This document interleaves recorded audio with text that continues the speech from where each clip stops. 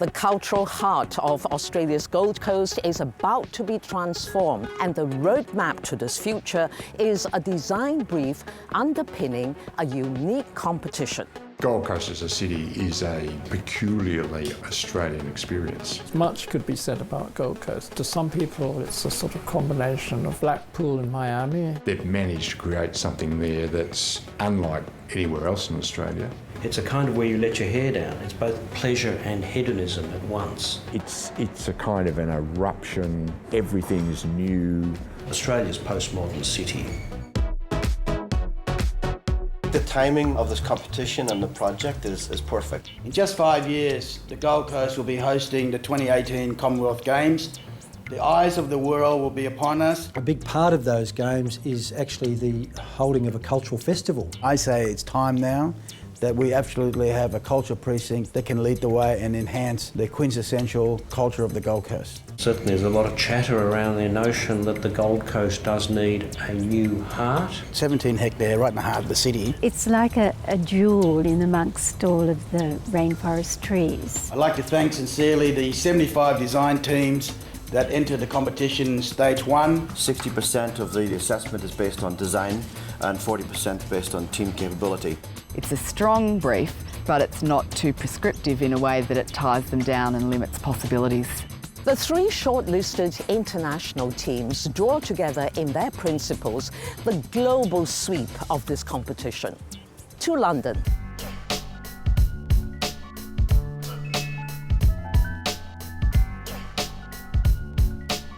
We started officially about 6 years ago. We immediately started doing a number of competitions, some of which we won and never got built, some of which we won and are being built, and another one which we would like to win, which of course is this one. I think what appealed to me most about this competition being on the Gold Coast was the fact that we've already got a building on the Gold Coast at Bond University. Having lived there, worked there, made friends, made relations network, was obviously a thing we wanted to do to follow up that. So I was the director of the Institute of Contemporary Arts in London, and I'd run galleries, and so I know about that business from the other side of the table. At the moment there's about 12 people in the studio, and I think it's important that we keep the studio that size because it allows us to actually do any scale of building, but also us to be intimately involved on every part of every process of every stage. Because everyone brings their own expertise to the party and we think it through together. And we were fascinated by the task of making culture come alive in a city that is not generally associated with cultures.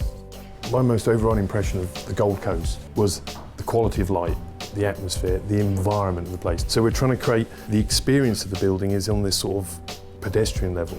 So it's actually about being within the project and experience it. So we're trying to balance that with the bigger picture.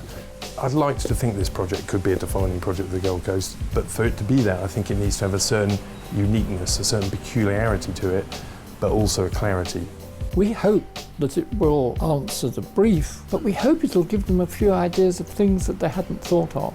It has to be, in a sense, cheerful and up for it. It's life, you know. You want to make it be to do with life, not to do with some sort of nice arts program.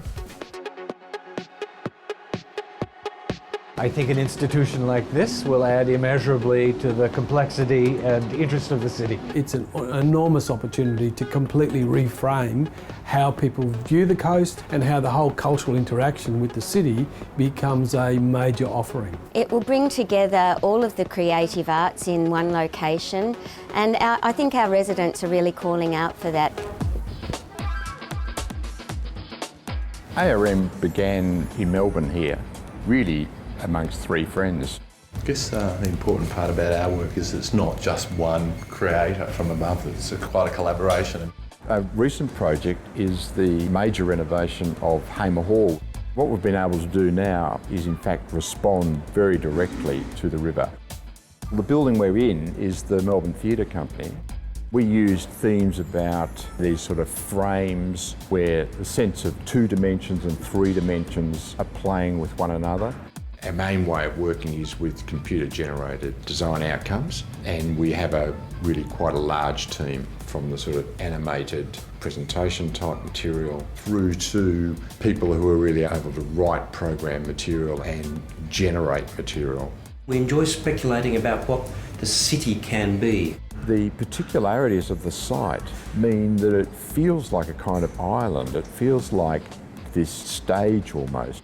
We wanted to find or discover a methodological intensity. The model of a sort of tower seemed quite an exciting thing. I guess we were thinking of Jack and the Beanstalk. This idea of the life force or the sort of DNA became the notion of that double helix. It's quite unusual to have an art gallery in a sort of tower. The destination galleries are near the top. This little truss will support a bungee cord. One of the most important parts of the scheme is this grand terrace area here beneath these umbrella canopies, which we're calling living umbrellas. I guess we're thinking about this site as a destination from both a local sense and also the idea of destination for tourists, a real spectacle, a place that you want to visit. Put this amazing idea of putting a new grid on the site with the hope that something exciting would evolve, and indeed it has. It has, and it's just gone amazingly nicely this time. Now, that doesn't happen every time. Gold Coast has come a long way over a relatively short period of time as basically a recreation place to visit. And now it's a place where you want to live. As audiences evolve and we get more and more artists calling the Gold Coast home, it's going to be increasingly important that we have a focal point for that artistic energy to celebrate not only here within our Gold Coast shores, but throughout Australia and the world.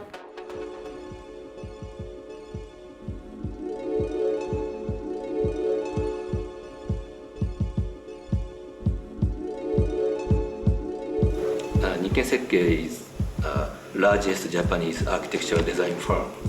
It established 1900, so now we have over 100 years history. We design very variety of building, from very small building to large size redevelopment. We have already designed 20,000 all over the world. Last year, Tokyo Skytree was opened. The Tokyo Sky is the tallest broadcasting tower in the world, 624 meters. The other one is Hockey Museum, very unique structure, around 40-meter cantilever. In this project, we have many chances to develop new concept building. It's not architecture, it's not a landscape, it's not a simple museum. So we have to create new concept and new style and new design. Everybody seems new opportunity to make a new concept building. The site is very large, so our project is covered by, we call it Gold Coast Web. The network is very important. We chose water as a symbol of Gold Coast. As you know, Gold Coast is very famous for surfers' paradise, but also there are many rivers and canals connecting, so water and water flow is the main concept of this project.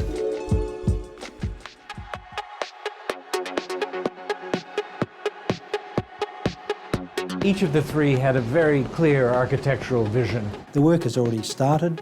It's a very exciting time for the city, I think, over the next decade. I think that this is going to be quite a special cultural precinct. It makes moral sense to have a place that brings the soul of the city to life.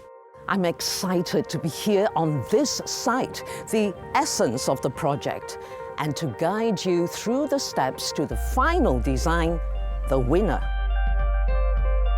Good evening and welcome to the reveal. Ladies and gentlemen, it's my pleasure now to introduce the City of Gold Coast Mayor, Councillor Tom Tate, to make that crucial announcement. So tonight, you are hearing the first beat of our culture heart, and when you look at the design, it is serious but fun. It is quintessential Gold Coast. Without further ado, I'm delighted to announce the winner of the 2013 Gold Coast Culture Precinct Design Competition is ARM Architecture.